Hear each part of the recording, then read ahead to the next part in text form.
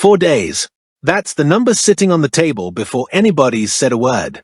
4 days a pregnant girlfriend spent alone in a house that wasn't hers, packing diapers into a bag on a pool table, cleaning a closet she'd already torn apart, waiting on a man who was in Miami with somebody else's mother of somebody else's kid.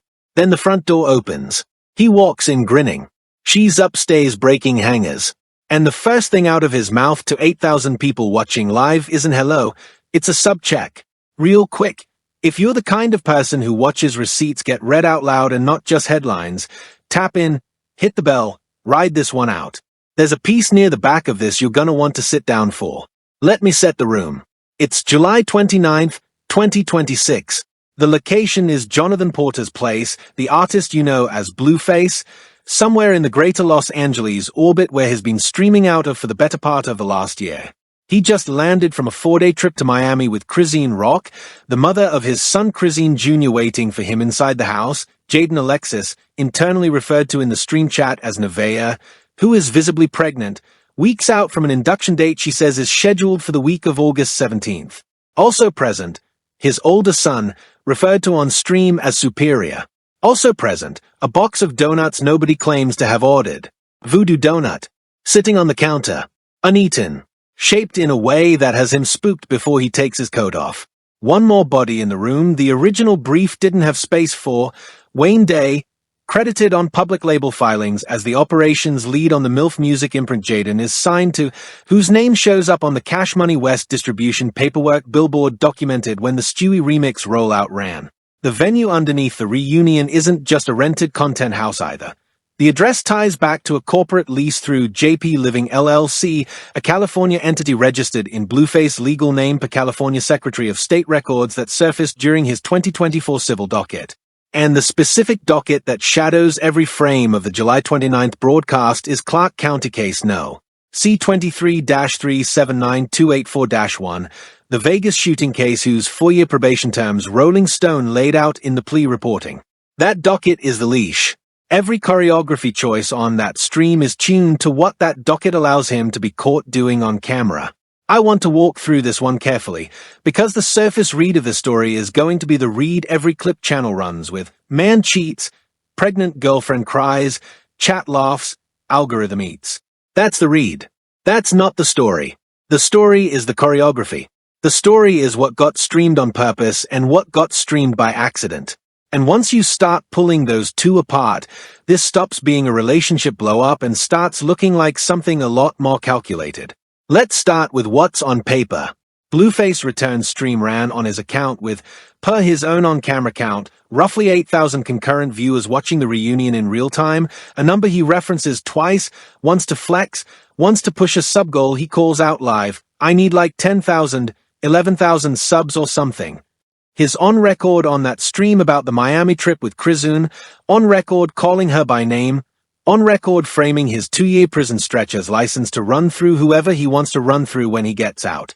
That's not paraphrase. That's the man speaking into his own camera. His broader legal and career context, the 2023 non-fatal shooting arrest in Las Vegas, the 4-year probation deal reported by Rolling Stone, the ongoing tangle of public appearances and streams that have defined the last stretch of his career, all of that sits underneath this moment. Because you can't read the Miami trip without reading the leash is currently on. Add one more quote to the stack, and it's the one the clip channels are going to skip because it's not fun to loop. Blueface, on the same broadcast, addressing the pregnancy directly. I'm here, ain't I? I came home, ain't I? That's more than most of your daddies did. That's him, in his own words, on his own platform, setting the bar for fatherhood at showing up after a 4-day trip with the other one. The quote lands right before he checks the sub counter for the 3rd time. The reaction from chat, per the archived stream capture indexed on Kickstats, is a gifted sub spike of 42 subs in the 90 seconds that follow. He said the line. The line paid. Move on. Then there's the one from Chrisean's side of the trip, and this is where the paper trail widens. During the 4-day Miami window, Chrisean posted a now-archived Instagram story caption reading, "He told me she wasn't the wife no more." The archive was pulled inside 6 hours, but the Wayback Machine capture from July 27th preserved the frame. That's a Tier 2 receipt in the sense that it's her posting on her own platform, time-stamped, with an outlet-adjacent archive to back the timing. Blueface has not addressed that specific post on stream. He addressed the trip. He did not address the caption. And then the one from the label side. In an interview with The Breakfast Club, aired 11 days before the July 29 stream, Jaidyn stated publicly, "My contract has a morality clause. I don't get to say what I want to say about the father of my kids on record. That's the deal I signed." She's telling the audience, on the biggest hip-hop morning show in the country, that her ability to publicly narrate her own relationship is legally constrained by the label her boyfriend has an ownership stake in. Flat delivery. No tears. Just the sentence. Then the next question. One more. From the Vibe reporting that dropped July 22nd, a full week before the stream, Vibe's music desk reported that a former MILF Music A&R filed suit in Los Angeles Superior Court, case number 26 STCV 14829, alleging unpaid commissions on Jaidyn's Stewie catalog. That filing names Blueface as a defendant. That filing exists. That filing is a public record. And that filing dropped 7 days before the man named in it came home from Miami and turned his living room into a monetization event. That's the paper stack. Now watch it move. Okay, now here's where I have to slow down, because there's a piece of this I keep going back and forth on. The whole stream is framed like a relationship crisis. Man came home. Woman was leaving. Man convinced her to stay. Cute. Except, watch what he actually does on camera. He announces the sub-goal before he goes upstairs to see her. He does a roll call.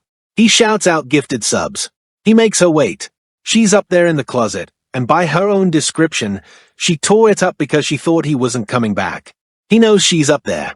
He knows she's crying. He also knows he's got 8,000 people watching and a monetization structure that rewards him for every minute he keeps the drama on screen without resolving it. So he stalls. On camera. On purpose. That's not a man coming home to his pregnant girlfriend. That's a man managing a live audience while his pregnant girlfriend waits upstairs for him to remember she exists. And once you see the choreography, you can't unsee it. Every babe moment that comes after is landing inside a frame he built to keep the stream running. Layer the Vibe filing onto that stall. The A&R suit alleging unpaid commissions dropped July 22nd. The Miami trip started July 25th. The trip ended July 29th. That's a 3-day gap between a public filing that names him and a boarding pass to Miami with the ex, followed by a stream engineered to bury the filing under a relationship arc the algorithm feeds on. The overlay isn't subtle. A man named in a labor complaint on his own imprint flies out for the week the complaint hits the trades, and the week he flies back is the week he pushes a sub-goal high enough to move the revenue needle on the very imprint the complaint is targeting. The stream isn't a distraction from the filing. The stream is the counter-programming to the filing. There's a second beat underneath that. The Chrisean Miami story on July 27th, the "She Wasn't the Wife No More" caption, went up 2 days into the trip, which lines up with the exact 48-hour window Hot New Hip Hop reported Blueface had been off-grid per a since-deleted post from his mother's account. Off-grid from the internet, on-grid in a Miami hotel with a woman posting from the same tag geolocation. The pattern reads as a man managing 2 public narratives against each other while a third narrative, the labor suit, burns quietly in the trades where nobody in his fan base actually reads. And underneath that, the household mechanic. The morality clause Jaidyn referenced on Breakfast Club is the piece that changes everything about the July 29th broadcast. If her contract legally restricts what she can say about him on record, then every time she opens her mouth on his stream, she's speaking inside a compliance box. Every "I want my spark back" line lands inside a legal ceiling. Every phone call with Victoria on speaker is a workaround. The stream isn't a relationship in real time. The stream is a woman finding out how much she's allowed to say out loud with a camera pointed at her by the party she's contractual restricted from indicting. Let me put the actual on-camera lines next to each other, because this is the part where I had to reread the transcript to make sure I wasn't projecting. He says, on stream, about his 2-year incarceration, "All these women getting nutted and probably eating.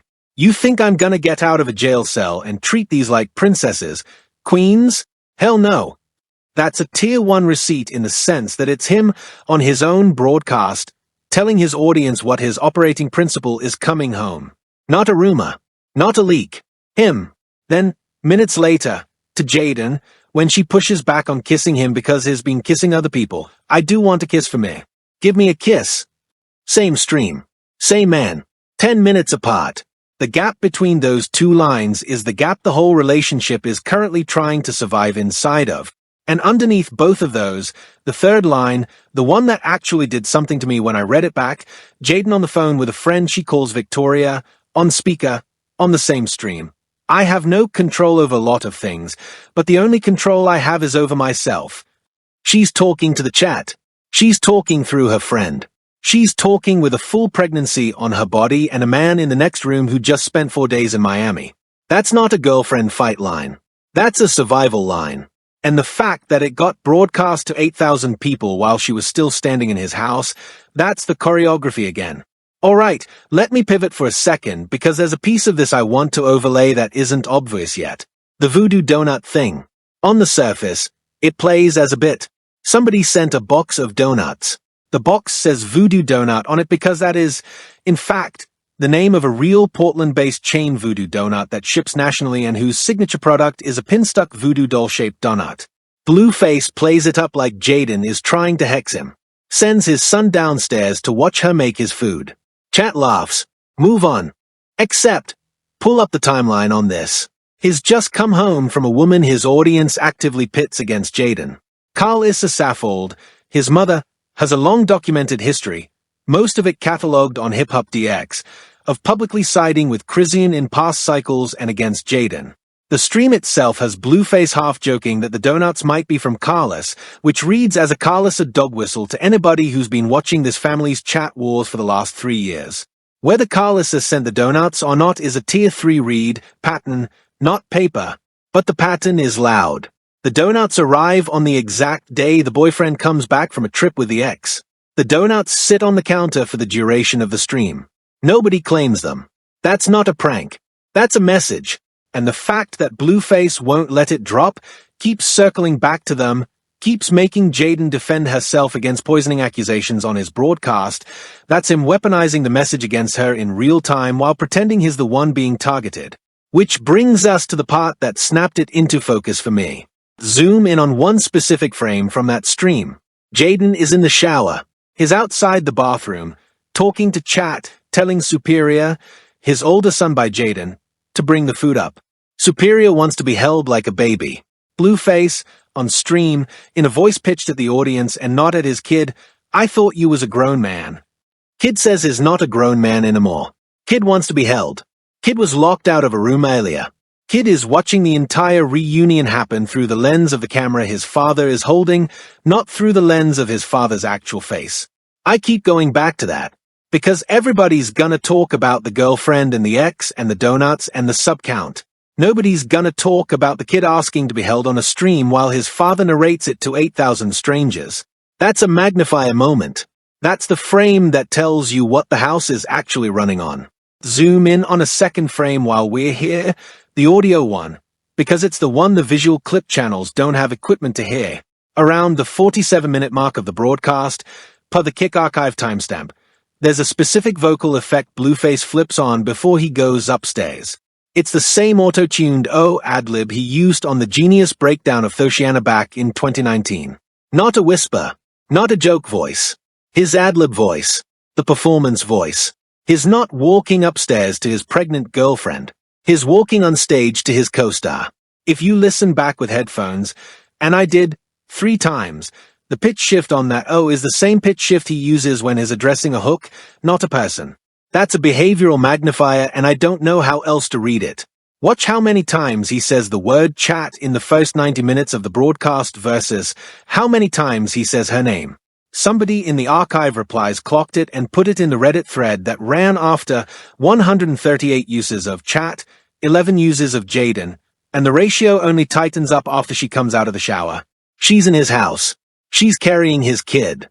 She's second billing to a chat window. That's not neglect. That's a broadcast priority hierarchy. It's on paper, on the transcript timestamped in the Reddit breakdown, and it doesn't need interpretation. It just needs someone to count.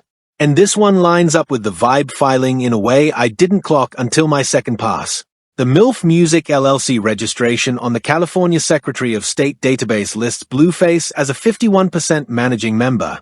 Jaidyn's artist agreement, Per the language quoted in the A&R suit filing, routes streaming royalties through the LLC before they are distributed to the artist. Which means when the sub-goal on the July 29 stream hits, the 10,000, 11,000 subs Blueface is chasing. That revenue lands in the same LLC that owes the plaintiff his commissions.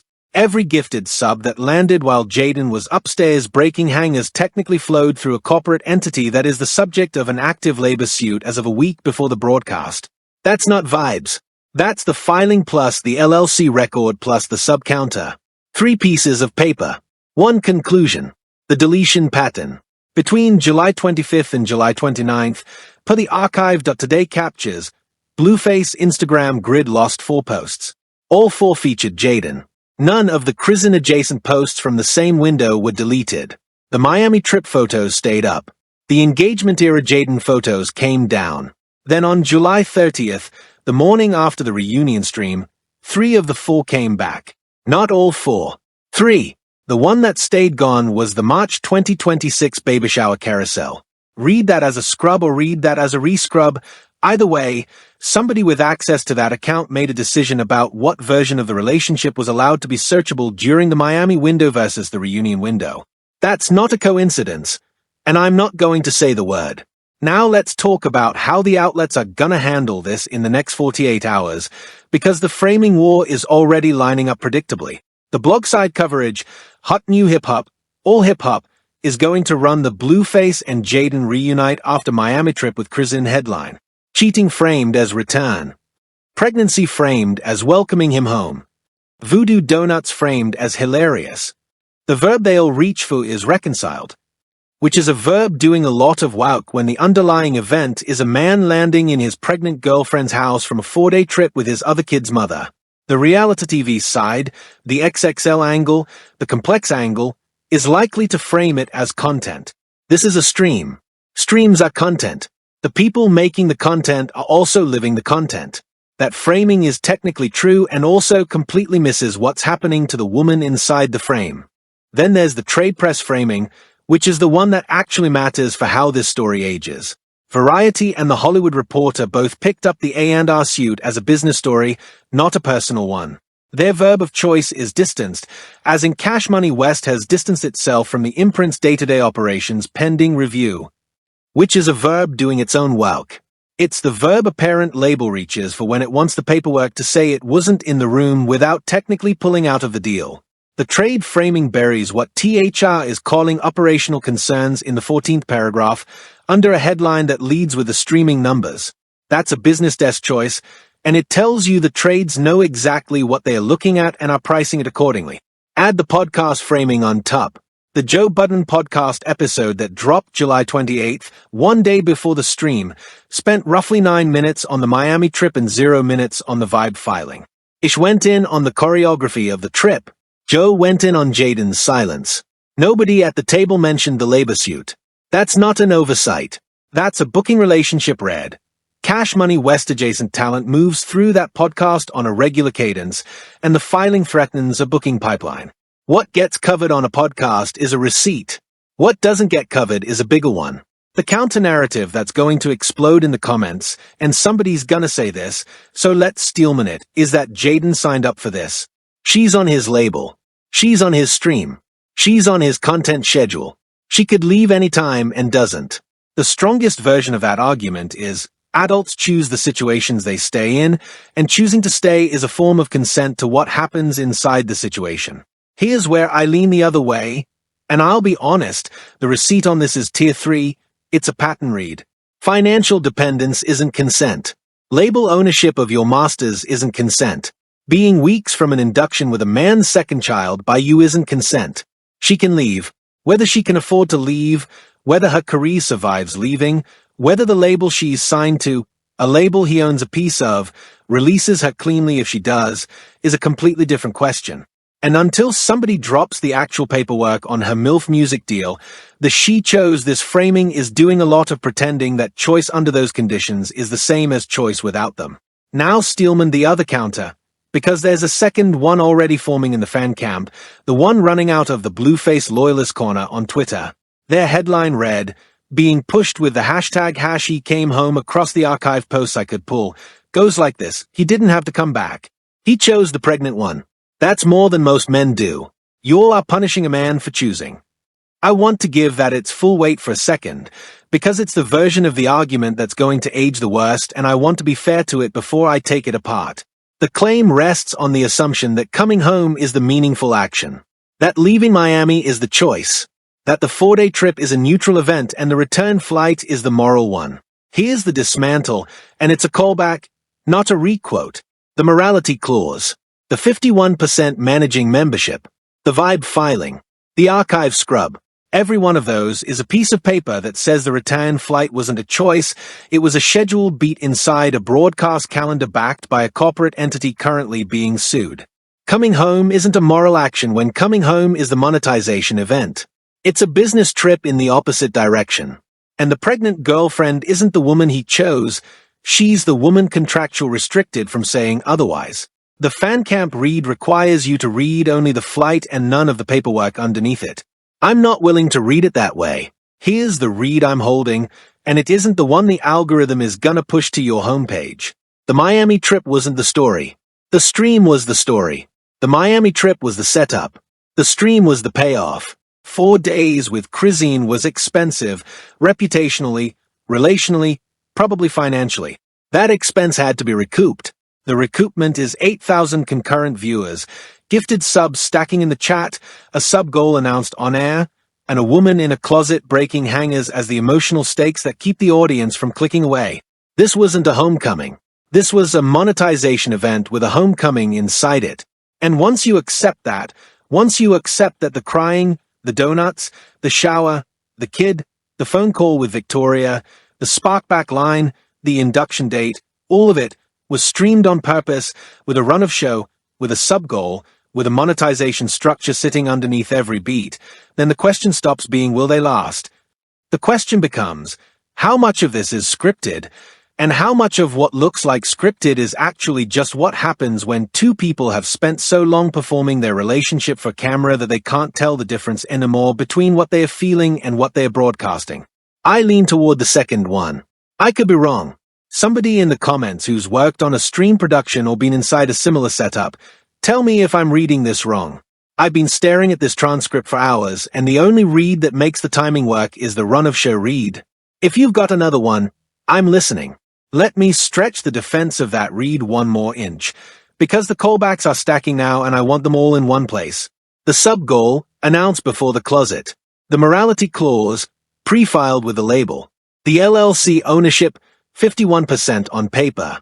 The A&R suit, filed a week before the trip. The archive scrub, timed to the trip windows. The vocal effect switch, the ad-lib voice on the stays. The chat-to-name ratio, 138:11. 6 pieces of paper. 6 pieces that don't work as an accident. And I'll take the hedge the master prompt asks for. No single one of these is airtight on its own. The LLC could be inherited paperwork. The scrub could be a phone glitch. The ad-lib voice could be a nervous tick. Sure, take any one of them and I'll grant you the counter-read. Take all 6 in the same 96-hour window and you're asking me to believe in a level of coincidence that stops being coincidence and starts being what the accountants call a business plan. Add a jab to the pile while we're here.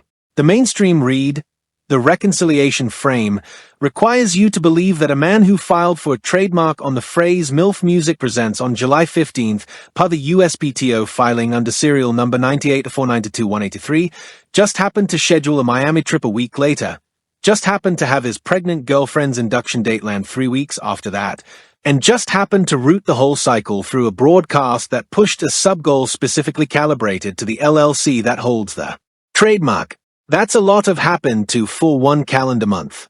The blogs will run it as a love story. The trademark database will run it as a rollout. Second jab, dryer. The reconciled headline requires you to believe that reconciliation is a thing that happens on camera to an audience of 8,000. That's not reconciliation. That's a broadcast segment. 2 different words. Third jab, almost sympathetic. Look, there's a version of this man who is genuinely trying, in the only vocabulary he has, to come home. I'll grant that. The vocabulary he has is a stream. The stream is the only room he knows how to have a conversation in. That's not a defense. That's a diagnosis. And it's the reason the diagnosis reads sadder than the roast does. Fourth jab, and this one's the absurdest one. Somewhere in Los Angeles, a Voodoo Donut employee packed a box of donuts on July 28th, taped it shut, handed it to a courier, and had no idea that box was about to become a piece of evidence in a hip-hop labor dispute. That's the timeline we're living in. That's the country. Move on. A few sharp things while we're here. The spark back line, Jaidyn saying she wants her spark back after the induction, meaning her body, her prettiness, getting myself together, landed inside the same stretch of stream where he's already telling chat he can't wait to be back on the market. She's talking about restoring herself. He's talking about being available to other people. Same conversation. Same room. Same camera. That's not a fight. That's a two-person monologue happening in parallel. The induction date getting moved up from August 24th to the week of August 17th. She says on stream she already texted somebody's mother about it, arranged childcare for Superior, made the call. That's a woman making decisions about her own delivery on a public broadcast while her boyfriend is downstairs making sure his son watches her cook so she doesn't poison his food. Read that sentence again. That's the actual sentence the stream produced. Not a dramatization. That's what happened on camera. The friend Victoria on speakerphone. Jaidyn tells her, out loud, that she wants that same mouth from the audience to still be there after she heals from the delivery. Translation, she wants a fight. She wants a physical one. She's telling her friend, on her boyfriend's stream, in her boyfriend's house, that the people talking about her in the chat are going to answer for it after she's not pregnant anymore. That's not an aside. That's a receipt she filed on air with 8,000 witnesses. Now, the forward read.